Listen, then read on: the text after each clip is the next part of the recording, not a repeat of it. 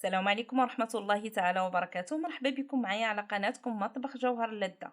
اليوم ان شاء الله غادي نقدم لكم اروع شباكية، لا في الشكل ولا في المذاق ديالها، لذيذة بزاف، معلكة وشاربة العسل وناجحة 100%. غادي نديرها معكم بطريقة مبسطة جدا وخصوصا المبتدئات، وغادي نعطيكم جميع الاسرار باش تنجح معكم هذه الوصفة واسهل طريقة للتشباك، وغادي نعطيكم المقادير بالغرام وبالكاس باش تنجح معكم كيف ما قلت لكم هذه الوصفة. وان شاء الله الا جربتوها غتولي معتمده عندكم، عمركم ما باقيين غادي ديروا شي وصفه اخرى من غير هذه. فعلى بركه الله غادي ندوزو نشوفوا المقادير والطريقه، وكنتمنى لكم فرجه ممتعه. غادي نحتاجوا الكيلو ديال الدقيق من نوعيه جيده، انا استعملت غاليطه طبعا من بعد ما غربلته، وجوج معالق كبار ديال القرفه، 30 غرام، و20 غرام ديال النافع يعني معلقه كبيره تكون عامره، معلقه صغيره ديال الخرقوم اولا الكركم ما تكونش عامره بزاف، واحد شويه ديال الملحه، واحد شويه ديال المسكه الحره، تقريبا واحد 6 الحبيبات اللي طحنتهم مع ملعقه ديال سنيده اولا السكر، خماره من وزن 8 غرام. غادي نخلط هاد النواشف مزيان ونضيف عليهم 130 غرام ديال الزبده مذابه، وضروري تكون من نوعيه جيده، تكون زبده الاكل، و100 غرام ديال زيت الزيتون مع زيت المائده. انا خلطت هنايا درت 40 غرام ديال زيت الزيتون و60 غرام ديال زيت المائده.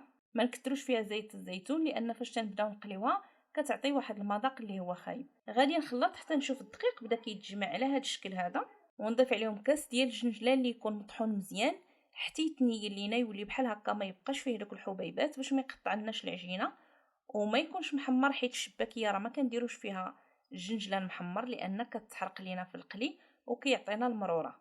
وكاس ديال اللوز اللي هو 150 غرام يكون مطحون على شكل عقده بحال هذا الشكل هذا، حتى هو حتى ما يبقاوش فيه داك الحبيبات. غادي نخلط الكل جيدا، اللي عنده العجانه يديرها في العجانه لان كتسهل شويه الخدمه. انا غادي نديرها في هذا الهشوار باش نضمن ان المكونات كلهم اندمجوا مع بعضياتهم، واللي ما عندوش ممكن انه يبقى يخدمها غير بيديه حتى يشوف المكونات كلها اندمجت. من بعد ما طحنت الكل غادي نخليها في هذه القصريه، تقريبا خليتها واحد ساعتين. ممكن في هذه المرحله تخليوها تبات، تخدموها في الليل وتخليوها تبات، لان هذه المرحله هذه راها مهمه باش كيشرب لنا الدقيق داك اليدام اللي درنا فيه. وكيف ما قلت لكم راه هاد العمليه هذه كتخليها تكون هشيشه وكتجي معلكه، واللي ما عندوش الوقت على الاقل يخليها واحد الساعه د المكانه وعاد يخدمها. من بعد ما دازت واحد ساعتين خديت كاس ديال الماء زهر، غادي ندير فيه شويه ديال الزعفران شعره اولا الزعفران الحر، اللي ما عندوش ممكن يبدلو بضمه ديال الزعفران حتى هي تعطي تقريبا نفس النتيجه. وكاس ديال الماء عادي، عندي هنايا 360 غرام اولا 360 مليلتر ما بين ماء الزهر او الماء عادي، وضروري ماء الزهر يكون من نوعيه جيده، و30 غرام اولا ربع كاس ديال الخل. غادي نصفي هذا الماء زهر من الزعفران، راني دفيته شويه باش يطلق فيه داك الزعفران لان ضروري تدفيوه شويه، ونزيد عليهم ربع كاس ديال الخل، ومن بعد غادي نزيد نص كاس ديال الماء، والنص الاخر غادي نخليه. غنبقى نزيد غير شويه بشويه حتى نكمل العجينه ديالي كامله. هاد المقادير اللي عطيتكم راها مضبوطه 100% مع كيلو ديال الدقيق، وخصوصا الا استعملتوا دقيق غاليطه، والا استعملتوا شي نوعيه اخرى ممكن انها تاخذ معكم معلقه حتى لجوج معالق د الماء لا غير. كيف ما كتشوفوا راني كملت الكاس اللي عندي ديال الماء. هاد المقادير كيف ما قلت لكم راها مضبوطه مزيان. كيف ما كتشوفوا هاد العجينه راه كتجي شي شويه رطبه، ماشي بحال الوصفه السابقه اللي عطيتكم ديال الشباكيه. غادي نخليها لكم في صندوق الوصف، حتى هي كانت شباكيه رائعه وناجحه 100%، وبزاف ديال الناس اللي طبقوا الوصفه ونجحت معاهم. من غير واحد التعليق اللي جاني ان السيده قالت لي راه جات شويه قاصحه، ولكن راه عرفت الخطا ديالي، انا اللي زدت فيها واحد شويه ديال الماء، داكشي علاش جات قاصحه. فكنتمنى تتبعوا المقادير كيف ما عطيتها لكم مضبوطه بالملي وبالغرام، راه غتنجح معكم كاع الوصفات اللي كنعطيكم راهما ناجحين. غندلكها غير واحد شويه ماشي بزاف، ومن بعد غادي نقسمها الكرات اللي غادي نقدر نخدمهم باش ما نضيعش العجينه، لان فاش تنخدموها ونعاودوها تتبقى تقصح لينا. اللهم غادي نديرو غير القياس اللي غادي نقدو عليه. انا قسمتها على 8 الكرات، غادي نخليها ترتاح ولكن في الثلاجه، لان هاد العجينه كيف ما قلت لكم مستعملين فيها الزبده ماشي بحال العجينه السابقه. غادي نديرها في الثلاجه ونخليها تقريبا ساعه ولا ساعتين، ويمكن لكم تخليوها تتبات وتعاودوا تخدموها، ما كاين حتى شي مشكل لان راه ما درناش فيها الخميره المعجونه. من بعد ما ارتاحت لي مزيان في الثلاجه جبدتها وبقيت كنطلقها بالدلاك اولا بالمدلك على هذه الطريقه. هذه العمليه هذه راه هي ضروريه باش كتجي مجعبه ومورقه وكتعطي النتيجه اللي هي احسن. غادي نبقى نطلقها حتى نكمل الكميه كامله اللي عندي. ضروري نديرها في بلاستيك غذائي باش ما تنشفناش العجينه. غادي نخلي الكميه الاخرى في الثلاجه وغادي نبقى نجبد غير مربع بمربع. غادي نطلق العجينه بالمدلك ونقطعها على هذا الشكل هذا كيف ما كتشوفوا باش ما تضيع لياش العجينه. والعجينه الاخرى غادي نردها في الميكا اولا في البلاستيك حتى نكمل القطعه اللي في يدي وعاد نولي نكمل القطع الاخرين. غادي نطلق العجينه رقيقه غير بالمدلك بدون ما ندير الاله اولا الماكينه باش الناس اللي ما عندهمش ما يعكزوش عليها. راه هذه الماكينه غير كتسهل علينا الخدمه ماشي ضروريه.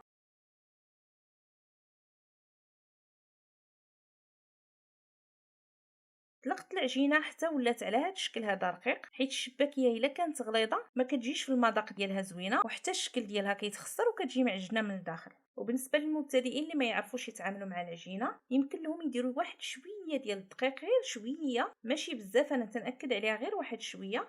انا كيف ما كتشوفوا راه خدمتها بلا دقيق حيت كنعرف نتعامل معها، لان العجينه دايرين فيها كما قلت لكم الزبده، ضروري تيخصها شويه ديال الصبر. انا غادي نستعمل هاد القطعه كيف ما كتشوفوا.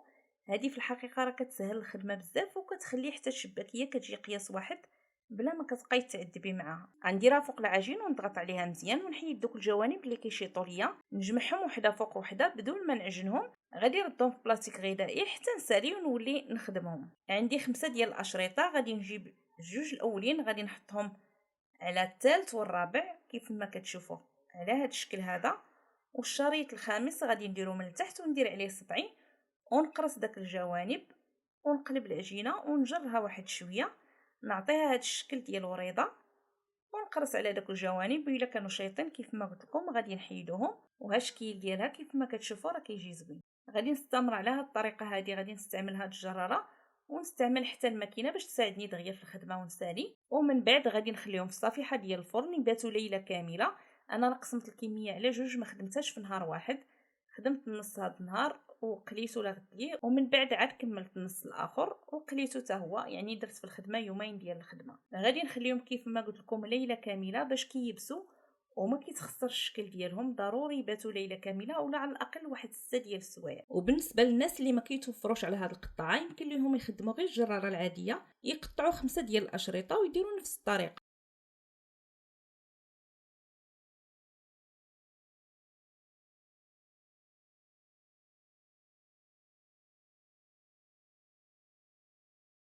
ودابا من بعد ما خليتهم ليله كامله غادي ندوز نقليهم. وواحد الملاحظه بالنسبه للناس اللي كيبغيو يجمدوها وهي باقا خضراء يخليوها ليله كامله حتى تبات ويديروها في واحد العلب يفرقوا بيناتهم في بلاستيك غذائي. اولا الناس اللي كيديروا لي كوموند فاش يبغيو يقليوها يجبدوها من المجمد ويقليوها ويعسلوها، راه كتبقى بحال يلا صاوبتي هذيك الساعه. ودابا غادي ندوزو لمرحله القلي. هنايا خديت مقله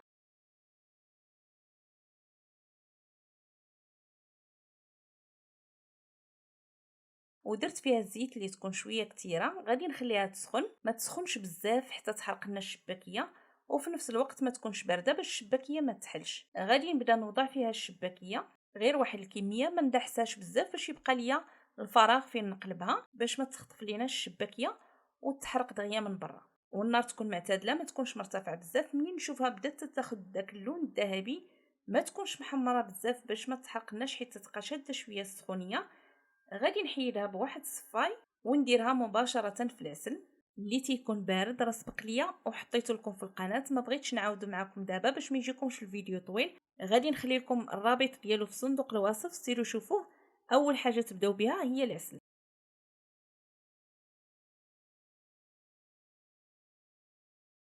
غادي نعاود ندير القليه الثانيه من بعد ما بردت ليا الزيت واحد شويه. غادي نستمر بهذه الطريقه، غنقليها حتى تحمر ونطفيها في العسل اولا نديرها في العسل ونخليها تقريبا واحد ساعتين ولا 3 كيف ما سبق ليا وقلت لكم.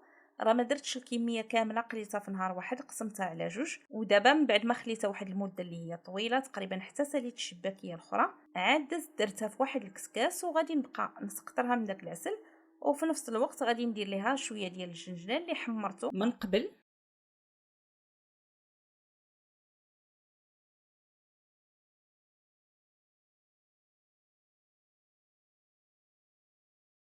ومن بعد ما تصفات من داك العسل خديت واحد العلبه وبديت كنستف فيها الشباكيه، وغادي نفرق بيناتهم بلاستيك غذائي باش كل طبقه تبقى شاده ليا العسل ديالها، ما يهبط لياش العسل كامل لتحت وتبقى الشباكيه الفوقانيه ناشفه.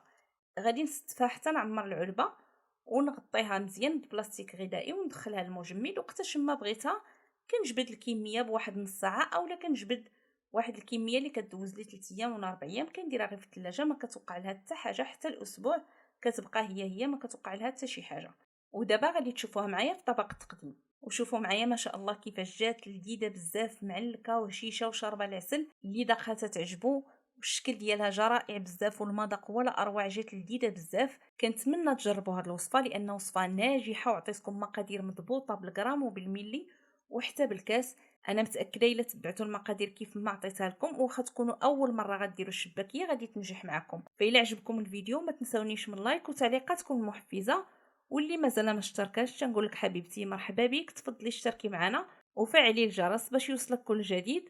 والى اللقاء مع وصفه وفيديو اخر ان شاء الله.